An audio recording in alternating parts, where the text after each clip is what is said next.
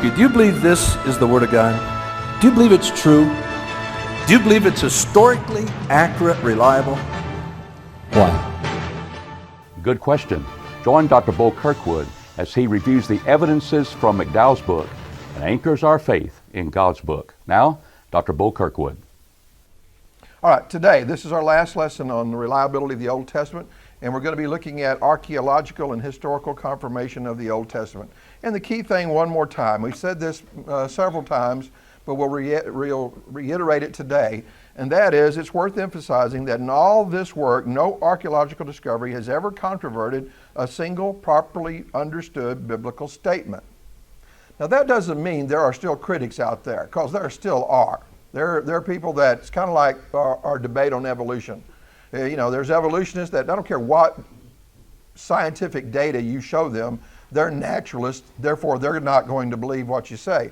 And some of this is true with archaeological findings as well. They've already presupposed that the Bible's not a work of God, and so their findings are going to be slanted that way.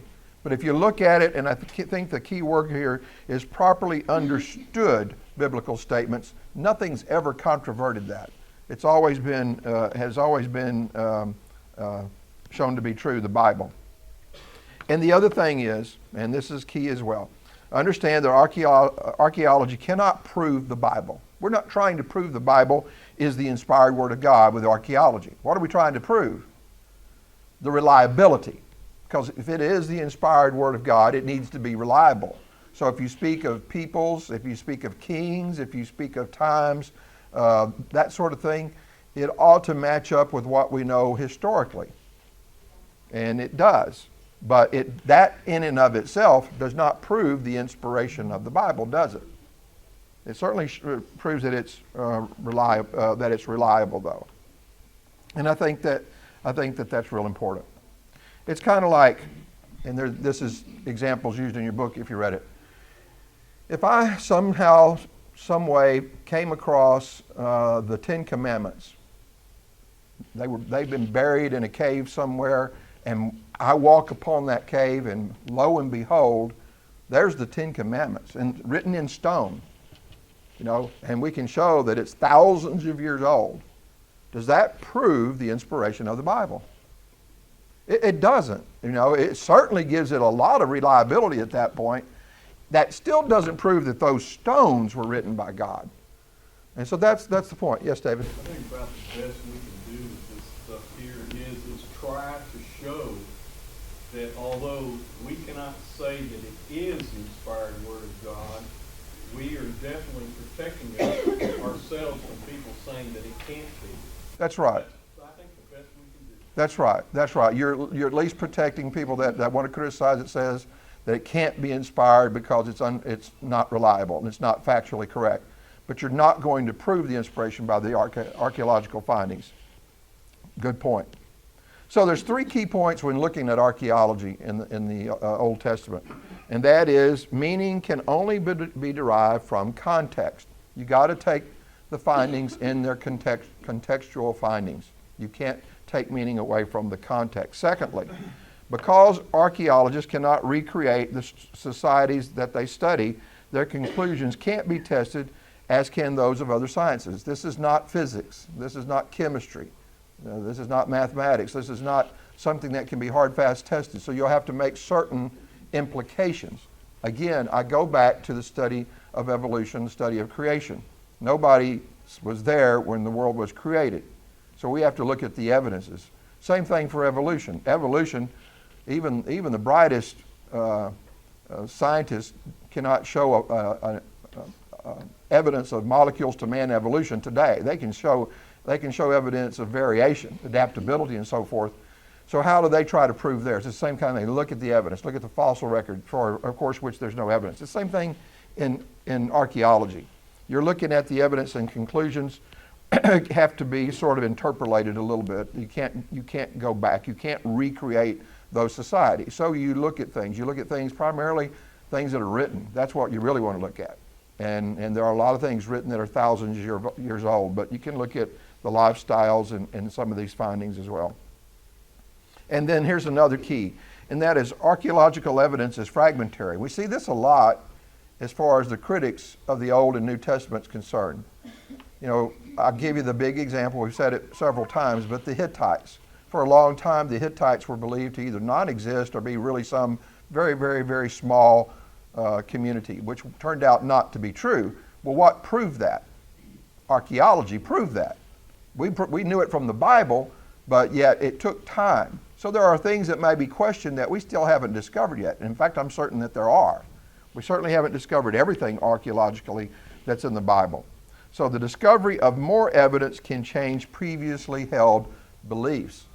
And it always confirms the Bible is what is important here. When you find more is better, not less. Again, going back to our analogy, in biology, the more we find about biochemistry, the better we understand that there had to be a divine creator. It's not bad for us, it's actually good for us. Archaeology is the same way. So let's look at some examples of archaeological evidences that support the Old Testament accounts. These are all in your book, and I'm not going to spend great detail on these because you've already read this, hopefully. And I picked what I would consider more or less the highlights because there's a lot of material there. But one key that I thought was important was the evidence that Sodom and Gomorrah actually existed, because some people think that story is a fable and that Sodom and Gomorrah never really even existed. Well, there's evidence now archaeologically that Sodom and Gomorrah definitely did exist. And it was thought to be, like I said, a spurious account until evidence of a great conflagration, which means fire, took place in a long distance past near Mount Sodom. Not only that, but they found evidence of brimstone at these sites. They have found that. Now, you can debate on where that brimstone came from. Did it come from heaven? Was it a natural occurrence? There's evidence of a great earthquake at this time. But something happened in those regions that helps to support the story that we have of Sodom and Gomorrah. The cities were destroyed by fire, and there's evidence to support that. And previously that was considered a more or less spurious account. How about Jericho? I thought this was very interesting. You may have heard this story before. But now Jericho is considered, by the way, the oldest city in the world. And that's what I was taught in art history years ago when I was in college. And Jericho has been built, rebuilt multiple times. But there are some very, very old sites. And during excavations that occurred between 1930 and 1936, Garstang found evidence that the walls of Jericho had fallen down. And here's kind of an interesting thing. They had fallen down outward. Why is that important? Because usually when a city wall falls, they fall inward. But these crumbled down and fell outward so that it would be easy to climb over those city walls. And that's the story that confirms the story that we read about in Genesis about the fall of Jericho, right? Or Genesis or Joshua. But anyway, the story of Jericho is confirmed archaeologically, or at least it's supported. I wouldn't say it's confirmed. I'd say more the better term is it's supported by finding these walls. There are people, believe it or not, that say David was not a fable, but David was not a real person. And that's the problem you see a lot of this archaeological stuff. We got to actually prove that people lived and were real. The same thing, of course, occurs to Abraham, who way predated David. But there are people that say that David didn't live, and then once they find out, oh no, he did live, that his kingdom was a real small kingdom. It really wasn't very powerful at all. So during the time of David's reign, when they were capturing Jerusalem, which was held by the Jebusites, there's a part of our Old Testament that says the capture of Jerusalem occurred by entering the city through a tunnel that led to the pool of Siloam. Now some says, no, there wouldn't have been, that's not probably accurate. They wouldn't have had a tunnel that came from the outside to give them water. The problem was there was no water inside the city of Jerusalem. They had to have water somewhere. And then 1960 revealed that the wall did indeed extend past the pool, allowing for this entrance. And now your book, McDowell's book, goes into a lot more detail than that. But there is now evidence that has been shown that indeed there was a pool. There was a tunnel that came from outside to inside that did make them vulnerable. It did make that city vulnerable, and that's exactly what David did. They went through that tunnel. This is from Albright. There can be no doubt that archaeology has confirmed the substantial historicity of the Old Testament tradition. Old Testament archaeology has rediscovered whole nations, resurrected important peoples in a most astonishing manner, filled in historical gaps, adding immeasurably to the knowledge of biblical backgrounds. And this is from Unger. Go back to the creation.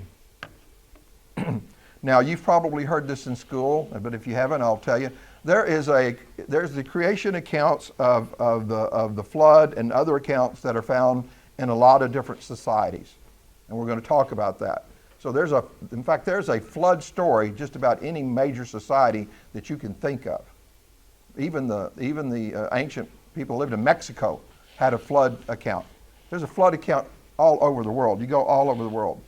But most people would say, most non-Christians, non-members of the church, I guess you'd say, would think that most of the book of Genesis is mythological, right? They don't believe that that there's real people. And so you look at chapters 1 through 11, these are typically thought to be mythological explanations derived from earlier versions of the story found in ancient Near East. But this view chooses only to notice the similarities between Genesis and the creation stories in other cultures. The differences are a lot more important than the similarities are. And the Babylonian and Sumerian accounts describe the creation as the product of a conflict of finite gods, for example. Quite a different story. But evidence supports that the view that Genesis was not myth made into history, but rather extra-biblical accounts were history made into myths. So, the biblical accounts, the accurate account, the others borrowed from the biblical account and turned it into myth. Because the book of Genesis isn't written like a myth. It's written like an actual account. But then you read these stories of the flood, for example. We'll see a few examples here in a minute, I believe. These are not the primary sources. These are the secondary sources. They're getting it from the biblical account. If there was a flood that covered the entire world and only 8 people survived, do you think that would have made it down through history to other societies eventually?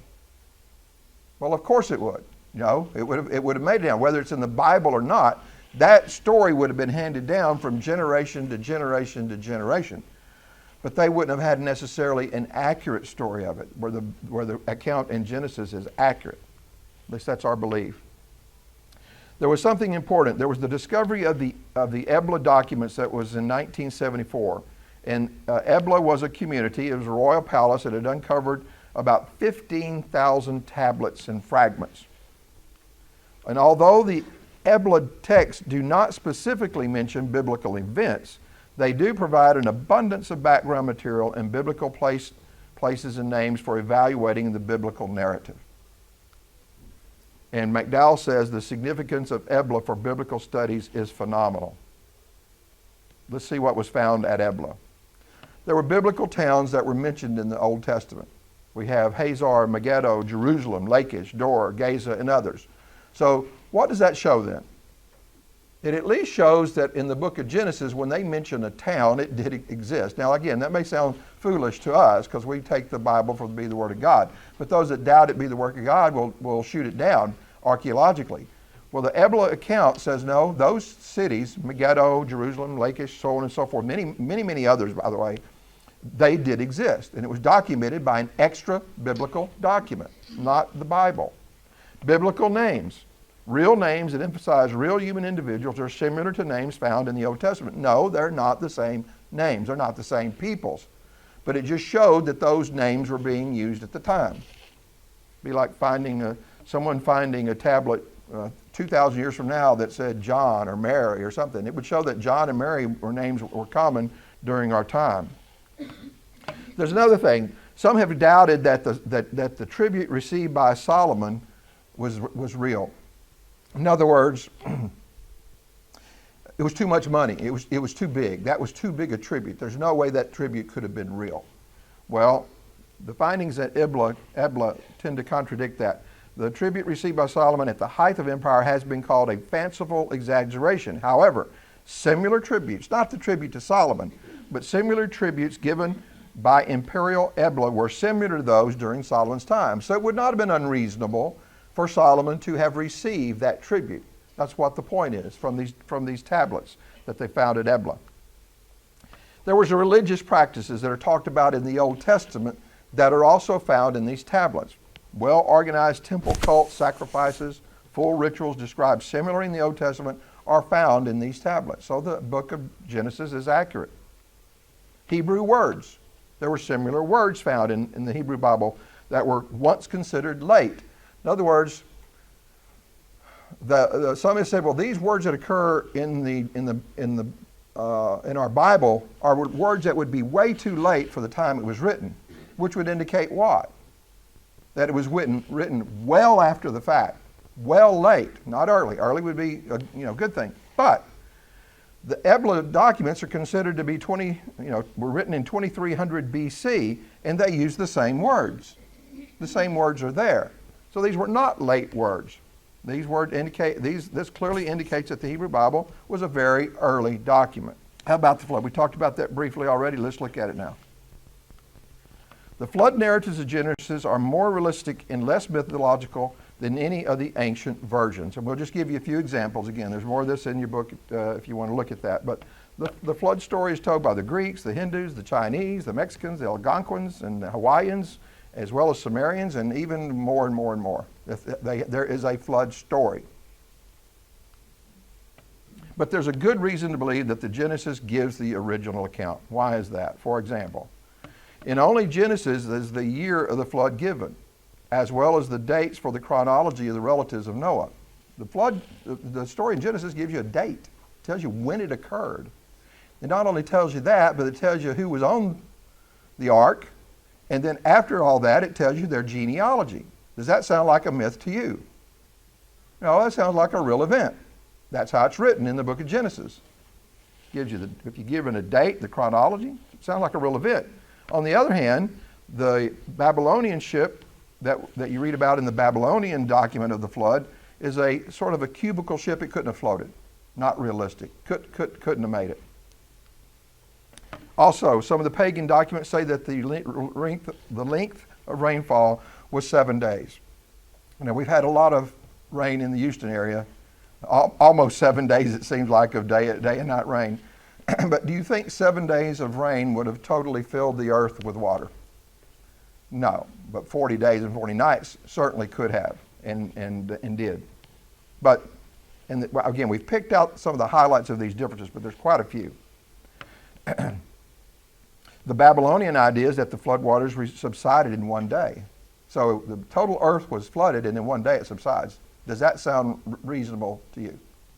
No. How long did it take for the floodwaters to subside in the book of Genesis?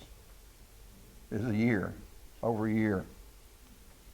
How about the Tower of Babel? Is there archaeological evidence for this? There's considerable evidence that the world did indeed at one time have a single language at one time. Let me tell you, on your trip to Europe, this is really kind of important, because not important, but it shows you the significance. You can go from one border to the other, and they all have different languages. Man, I don't know. It seems like to me, people that close together that are not thousands of miles apart would have shared more of the same languages. But if you're in Germany, they speak German. If you're in France, it's French. If you're in Czech, it's Czech. I mean, we've got all these languages, but there is evidence that there used to be one language on the earth, and that's what the Bible said until the Tower of Babel.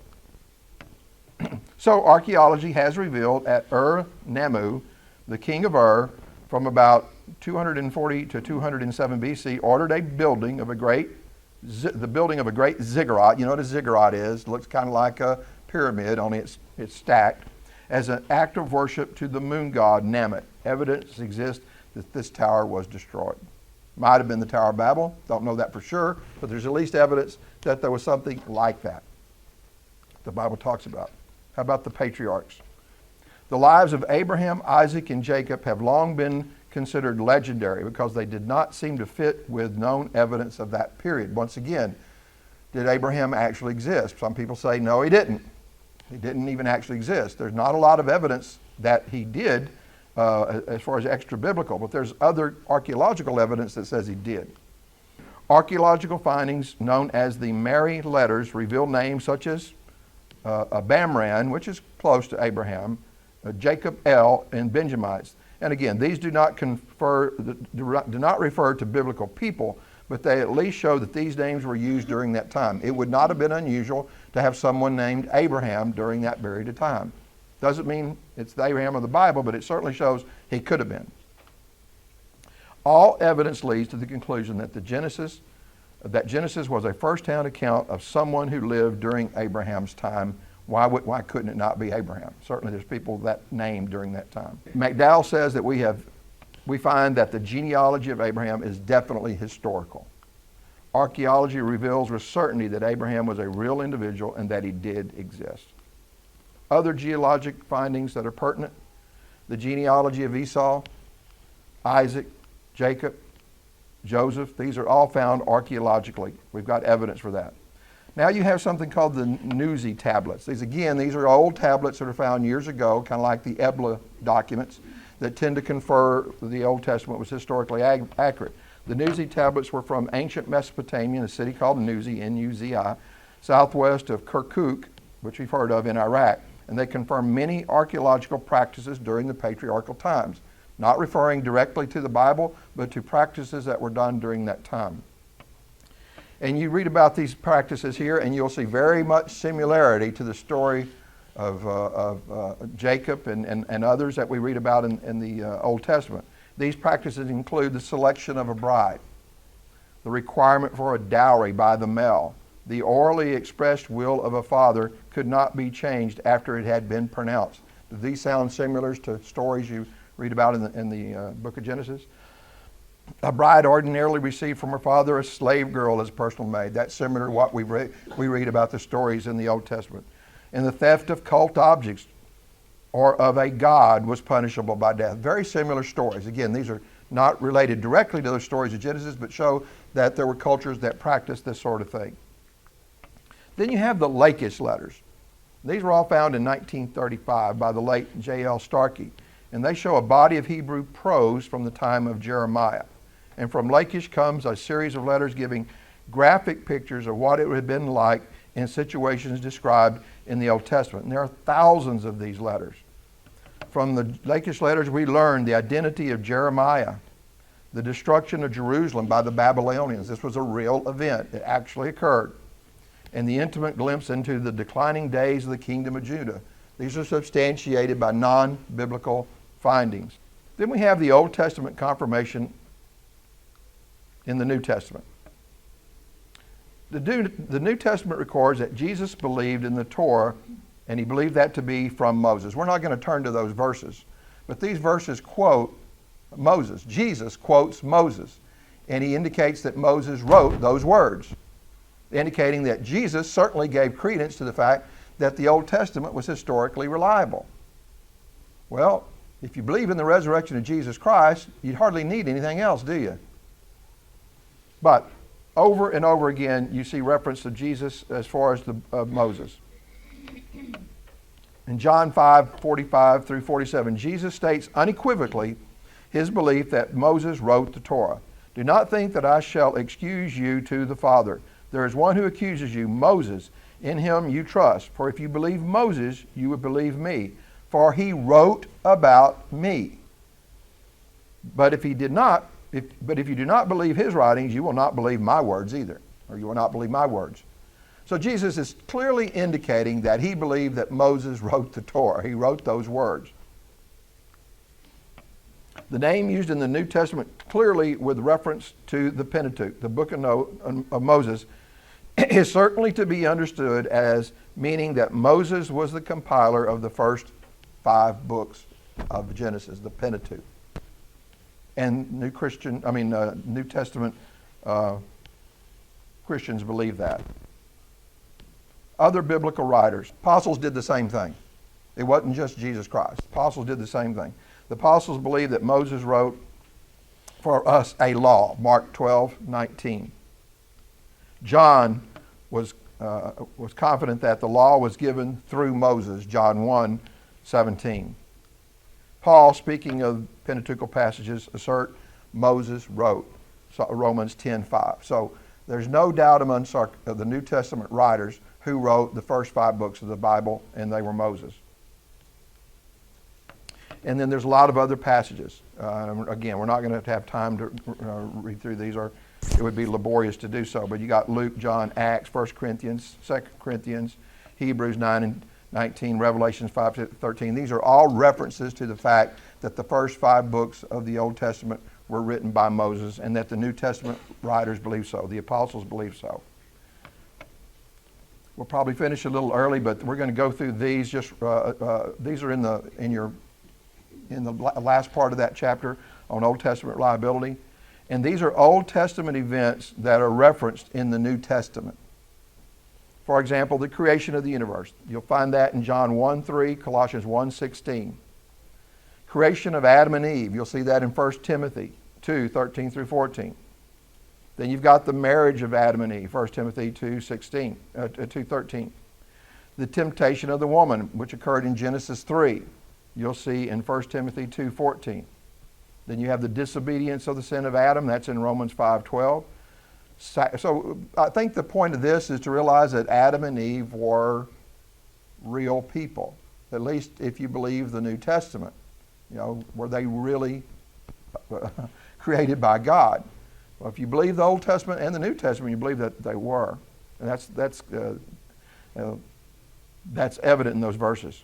Then you see in number 6 there, sacrifices of Abel and Cain are alluded to in Hebrews 11:4.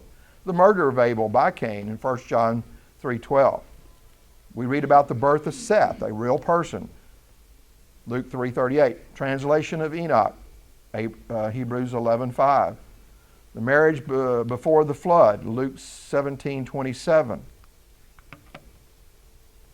The flood and the destruction of man, Genesis 7, Matthew 24:39. So some people have argued that the flood was a local event. Have you ever heard that argument? So it wasn't a worldwide event. There was a flood, but it was localized. That's not what the Genesis seems to refer to, and certainly the New Testament seems to refer to it as a worldwide event. Then you have the birth of Abraham, and that's in Luke 3:34. The call of Abraham, Hebrews 11:8. The tithes to Melchizedek, Hebrews 7:1 through 3. The justification of Abraham, Romans 4:3. The story of Ishmael, Galatians 4:21 through 24. The promise of Isaac, Genesis 17, is in Hebrews 11:18. The lot of Sodom. We've already read there's archaeological evidence that Sodom existed. That's in Luke 17:29. The birth of Isaac, Genesis 21, is found in Acts 7:9 and 10. The offering of Isaac, in Genesis 22. We read about that in Hebrews 11:17. We read about the burning bush. That's in Exodus 3, verse 6, and Luke refers to that in chapter 20, verse 32. Then you have the Exodus through the Red Sea. Was that a real event? Did that really occur? Well, according to the New Testament, it did. 1 Corinthians 10, 1 through 2. The provision of water and manna, a miracle that occurred in the wilderness. Did that really occur? Well, if you believe the New Testament, it did. 1 Corinthians 10, 3 through 5. The lifting up of the serpent in the wilderness. You remember that story. Numbers 21, verse 9. That's in John 3:14. The fall of Jericho, which we've already seen again, there's evidence for. That's in Joshua 6, 22 through 25. And that's Hebrews 11, verse 30. Is confirmation in the New Testament. How about the miracles of Elijah? Were they real? Did they really occur? Again, the New Testament confirms that in James 5:17. How about the story of Jonah and the great fish? That's a good one, isn't it? A lot of people want to say that's a myth. That couldn't have occurred. There's not a fish big enough to swallow a man. First of all, it doesn't really call it a fish anyway, but there was an animal created by God that was able to do it. Matthew 12, verse 40 confirms that. Jesus confirms it. How about the 3 Hebrew youths in the furnace in Daniel? That's confirmed in Hebrews 11, verse 34. Then how about Daniel in the lion's den? Once again confirmed in Hebrews 11, verse 33. And then the slaying of Zechariah in 2 Chronicles 24 through 22. 24, 20 through 22, confirmed in Matthew 23, verse 35. So the point is, there's archaeological evidence for things that occurred in the Bible, and we only skimmed over some of it. We did not go into detail. That's why later on I would like to do an entire class on nothing but archaeological evidence, if there's enough interest for that. And then those things are confirmed in the New Testament as well by inspired New Testament writers. They believed in the historicity of the Old Testament, confirmed in these verses. Any questions or comments? All right. So next week we'll make a complete change, and so read that chapter on the historicity of Jesus Christ. and we'll be ready for that. Thank you.